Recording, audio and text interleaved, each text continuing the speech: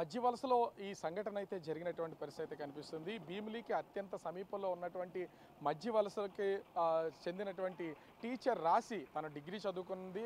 Degree తర్వాత స్థానికంగా ఉన్నటువంటి జెడ్పీ హై స్కూల్లో విద్యా వాలంటరీగా పనిచేస్తున్నటువంటి రాశిని గత కొంతకాలంగా రాజు అనే వ్యక్తి తరచూ వేధింపులకు గురి చేస్తున్నాడు. ప్రేమ పేరుతో వేధింపులు చేస్తూ ఆమెని ప్రేమ అంగీకరించకపోవడంతో తరచూ వెంటపడుతున్నటువంటి పరిస్థితి అయితే కనిపిస్తుంది. అయితే గత కొంతకాలంగా కూడా ఈ వేధింపులు అనే వాటిని రాజు నుంచి తరచూ ఫేస్ చేస్తున్నటువంటి పరిస్థితి ఉంది. ఎందుకంటే ఇది 1-2 సంవత్సరాల నుంచి ముందు నుంచి కూడా జరుగుతూనే ఉంది. ఇప్పుడు ప్రేమ పేరుతో వేధిస్తున్నటువంటి రాశికి మధ్యన ఒకవేళ ప్రేమ గనక ఉంటే ఖచ్చితంగా అంగీకరించే అవకాశం ఉండేది. కానీ అతని ప్రేమను అంగీకరించకపోవడంతో రోజు రోజుకి వేధింపులు అయితే ఎక్కువ అవుతున్నటువంటి పరిస్థితి ఉంది. దీంతో తాను పనిచేస్తున్నటువంటి ఆ స్కూల్లో ఎవరికి చెప్పుకోలేక ఇంట్లో ఉన్నటువంటి తల్లిదండ్రులకు కూడా ఈ విషయాన్ని చెప్పలేక బయట పెట్టలేక ఎప్పటి నుంచో మానసికంగా ఆ వేదనకు గురవుతున్నటువంటి రాశి చివరికి ఆత్మహత్య చేసుకోవాలనే నిర్ణయానికి వచ్చినటువంటి పరిస్థితి కనిపిస్తుంది.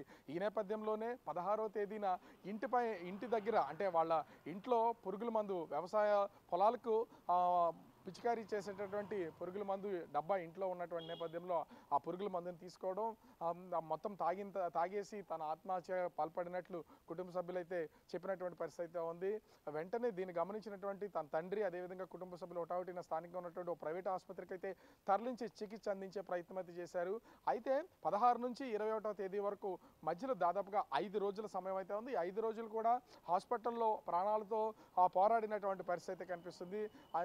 21వ తేదీన రాశి మృతి చెందినటువంటి పరిస్థితి ఉంది. అయితే మధ్యలోనే ఇది సూసైడ్ కేసు కావడంతో పోలీసులకు అటు ఆసుపత్రి వర్గాలతో పాటుగా కుటుంబ సభ్యులు కూడా ఆ సమాచారం అందించినటువంటి పరిస్థితి ఉంది. పోలీసులు కేసు నమోదు చేశారు. కేసు నమోదు చేసి ప్రస్తుతం అయితే రాజుని అరెస్ట్ చేసి విచారణ చేసిన అనంతరం రిమాండ్కి అయితే పంపినటువంటి పరిస్థితి ఉంది. కానీ ఇప్పుడు 24వ తేదీ 21వ తేదీన మృతి చెందడం 16వ తేదీన సూసైడ్ చేసుకోవడానికి ఆత్మహత్య ప్రయత్నం చేసిన రాశిని హాస్పిటల్కి తరలించిన తర్వాత పోలీసులకి అటు హాస్పిటల్ వర్గాలు అదేవిధంగా ముఖ్యంగా కుటుంబ సభ్యులు తల్లిదండ్రులు కూడా పోలీసులకు సమాచారం అందించిన ఈ విషయాన్ని పోలీసులు అత్యంత గోప్యంగా ఉంచినటువంటి పరిస్థితి ఉంది. విషయాన్ని బయటికి పొక్కకుండా చూసుకున్నటువంటి పరిస్థితి ఉంది. ఎందుకు పోలీసులు ఈ విధంగా చేశారని అర్థం కాలేదు. తల్లిదండ్రులు ఇచ్చినటువంటి ఫిర్యాదు మేరకు రాజును అదుపులోకి తీసుకున్నారు, విచారణ చేశారు, రిమాండ్కి అయితే పంపించినటువంటిది అయితే ఉంది. కానీ ఈ విషయాన్ని బయటకు రాకుండా ఎందుకు ఉంచారనేది ఇప్పుడు ఎన్నో అనుమానాలకు తావిస్తున్నటువంటి పరిస్థితి కనిపిస్తుంది. ముఖ్యంగా చూస్తే అటు రాశికి సంబంధించి కూడా తను 21వ తేదీన మృతి చెందడం 22వ తేదీన అంత్యక్రియల కార్యక్రమాన్ని మొత్తాన్ని కూడా కుటుంబ సభ్యులు అయితే ముగించేసినటువంటి పరిస్థితి ఉంది. ఆలస్యంగా ఈ విషయం అనేది బయటకు వచ్చినటువంటి పరిస్థితి ఉంది. అటు కుటుంబ సభ్యులు కానీ పోలీసులు కానీ ఈ విషయాన్ని బయటపెట్టినటువంటి పరిస్థితి లేదు. అయితే కేవలం పోలీసులకి సమాచారం ఇచ్చిన తర్వాత పోలీసులే రాశి ఆత్మహత్య గల కారణాలను ఆమెని వేధింపులకు గురి చేసినటువంటి ఆ రాజును అదుపులోకి తీసుకుని తమకు న్యాయం చేయాలనే డిమాండ్ అయితే చేసినటువంటి పరిస్థితి ఉంది. కానీ పోలీసులు ముఖ్యంగా వరుసగా జరుగుతున్నట్టు విశాఖతో పాటుగా రాష్ట్ర వ్యాప్తంగా వరుసగా ఈ ప్రేమ వేధింపులు ప్రేమకు సంబంధించినటువంటి హత్యలు ఆత్మహత్యలు కంటిన్యూగా జరుగుతున్నటువంటి నేపథ్యంలో ఈ వేధింపులు తాళలేనటువంటి వాళ్ళు ఆత్మహత్య చేసుకుంటున్నారు. దీంతో అటు ప్రభుత్వానికి ఇక్కడ ఉన్నటువంటి విశాఖ కమిషనరేట్లో ఉన్నటువంటి పోలీసులు కూడా చెడ్డ పేరు వస్తుందనే ఉద్దేశంతో అతన్ని ఈ సంఘటన జరిగిన అంటే ఆత్మహత్య ప్రయత్నం చేసిన తర్వాత హాస్పిటల్ అడ్మిట్ చేసినటువంటి పరిస్థితుల్లో రాశి తల్లిదండ్రులు ఇచ్చినటువంటి ఫిర్యాదు మేరకు అటు పోలీసులు కూడా అతను అరెస్ట్ చేయడం రిమాండ్కి పంపించి ఇక్కడతో పని అయిపోయిందని చేతులు దులుపుకున్నటువంటి పరిస్థితి ఉంది. కానీ ఒక యువతి అంటే టీచరు 10 మందికి పాఠాలు చెప్తున్నటువంటి టీచరు ఆత్మహత్య చేసుకునే వరకు వెళ్ళిందంటే ఆమె మానసిక పరిస్థితి ఏ విధంగా ఉంది, ఏ స్థాయిలో వేధింపులకు గురి చేశారనేది మాత్రం పోలీసులు అయితే దీన్ని లెక్కగట్టలేకపోయారు. ఆ కోణంలో కూడా పోలీసులు కేసుని దర్యాప్తు చేస్తుంటే ఇది ఒక సంచలనంగా మారేది. ఎందుకంటే రాజు గత 2-3 సంవత్సరాలుగా ప్రతిరోజు స్కూల్కి వెళ్తూ వస్తున్నటువంటి సమయంలో వేధింపులకు గురి చేయడం, ఇంటి దగ్గర ఉన్నటువంటి సమయంలో స్కూల్లో ఉన్నటువంటి సమయంలో తను ప్రయాణిస్తున్నటువంటి సమయంలో కూడా వేధింపులకు గురి చేయడం, తరచూ ఇబ్బందులకు గురి చేస్తున్నటువంటి పరిస్థితి ఉంది.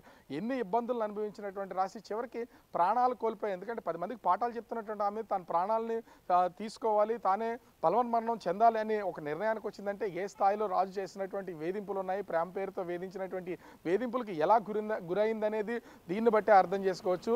అంత్యక్రియలన్నీ ముగిసిన తర్వాత ఈ రోజు ఉదయం ఈ కేసుకు సంబంధించిన వివరాలు అయితే బయటకు వచ్చినటువంటి పరిస్థితి అయితే ఉంది.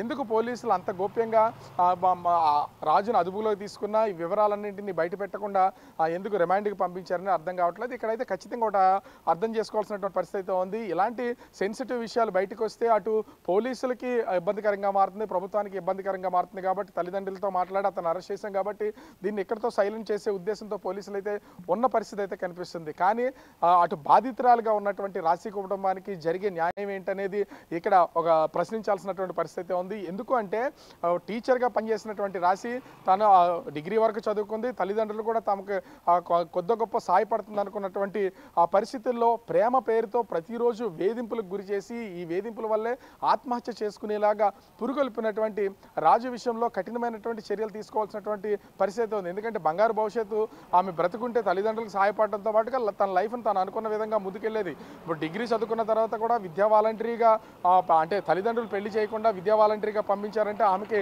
టీచర్ వృత్తి మీద అదేవిధంగా ఫ్యూచర్ మీద ఎంత అవగాహన ఉందో దీన్ని బట్టి అర్థం చేసుకోవచ్చు. కానీ ఇక్కడ ఇది ఏది అర్థం చేసుకోకుండా ఆ ప్రేమ పేరుతో వేధింపులకు గురి చేసినటువంటి రాజుని కఠినంగా శిక్షించాల్సినటువంటి పరిస్థితి ఉంది. కానీ పోలీసులు తుతుమంత్రంగా దీన్ని అతన్ని తల్లిదండ్రులు కేసు పెట్టినట్టు వెంటనే కేసు నమోదు చేయడం, అదేవిధంగా అతన్ని అదుపులో తీసుకోవడం, విచారణ చేసి రిమాండ్కి పంపించినటువంటి పరిస్థితి కనిపిస్తుంది. కానీ ఇప్పుడు తల్లిదండ్రులు కోరుతున్నది కూడా ఒకటే, రాజుని కఠినమైనటువంటి శిక్ష వేయాలి, శిక్షించాలి. ఎందుకంటే తమ కూతురికి సంబంధించి హ్యాపీగా ప్రతిరోజు ఆ స్కూల్కి వెళ్తుంది, పాఠాలు చెప్తుంది, తిరిగి ఇంటికి వస్తుంది. కానీ ఏ రోజైనా కూడా తమ కూతురు ఇంత నరకాన్ని అనుభవిస్తున్నటువంటి విషయాన్ని తమకు ముందుగానే చెప్పుంటమైతే మేము పోలీసులకు ఫిర్యాదు చేసి అతని మీద చర్యలు తీసుకునే వాళ్ళం. కానీ ఏ విషయాన్ని కూడా బయట పెట్టకుండా తనలో తానే మానసికంగా వేదనకు గురైనటువంటి పరిస్థితి కనిపిస్తుంది. ఆ వేదనలోనే చివరికి తల్లిదండ్రులకి చెప్పుకోలేక ఆ కుటుంబ సభ్యులకి, స్నేహితులకి, పనిచేస్తున్నటువంటి టీచర్స్కి, స్కూల్లో ఉన్నటువంటి వాళ్ళకి ఎవరితోనూ ఈ వేధింపుల విషయాన్ని షేర్ చేయలేక చివరికి ఇంట్లో ఉన్నటువంటి పురుగుల మందు తాగి ఆత్మహత్య చేసుకున్నటువంటి పరిస్థితి కనిపిస్తుంది. ఈ ఆత్మహత్య చేసుకున్న తర్వాత కూడా కుటుంబ సభ్యులు అంత్యక్రియలను అంటే దాదాపుగా 5 రోజులు ప్రాణాలతో పోరాడడం, 21వ తేదీని చనిపోవడం, 22వ తేదీన అంత్యక్రియలన్నింటినీ కూడా పూర్తి చేసినటువంటి పరిస్థితి ఉంది. మరి కుటుంబ సభ్యులు కూడా రాజుని కఠినంగా శిక్షించాలని డిమాండ్ చేస్తున్నటువంటి పరిస్థితి ఉంది. కానీ అంటే విషయం బయటపడిన తర్వాత కూడా తమ కూతురు ఎలాగో ఆత్మహత్య చేసుకుని ప్రేమ పేరుతో వేధింపుల పేరుతో ఆ రాజుకు గురి చేసినటువంటి వేధింపులు తట్టుకోలేక ఆత్మహత్య చేసుకుంది. కానీ ప్రాణాలు అయితే తిరిగి రావు. ఇప్పుడైనా సరే అంటే పరువు పోగొట్టుకోవడం కంటే ఈ విషయం జరిగి ఆమె చనిపోయింది కాబట్టి ఆ తల్లిదండ్రులందరూ కూడా సైలెంట్గా ఉన్నటువంటి పరిస్థితి కనిపిస్తుంది. ఇప్పటికైనా అటు భీమిలి పోలీసులు ఆ రిమాండ్కి పంపించిన అతన్ని ఎన్నో రోజుల నుంచి వేధింపులకు గురి చేస్తున్నటువంటి అతన్ని పూర్తి స్థాయి విచారణ చేసి కఠినమైనటువంటి శిక్ష విధించాలి.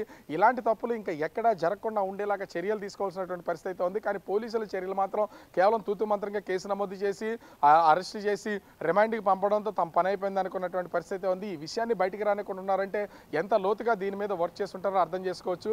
కానీ ఒక నిండు ప్రాణం, 10 మందికి పాఠాలు చెప్తున్నటువంటి ఒక టీచర్ ప్రాణం ఆ ప్రేమ పేరుతో వేధింపులకు గురి చేసినటువంటి రాజు అనే ఒక కీచకుడు వల్ల పోయినటువంటి పరిస్థితి ఉంది.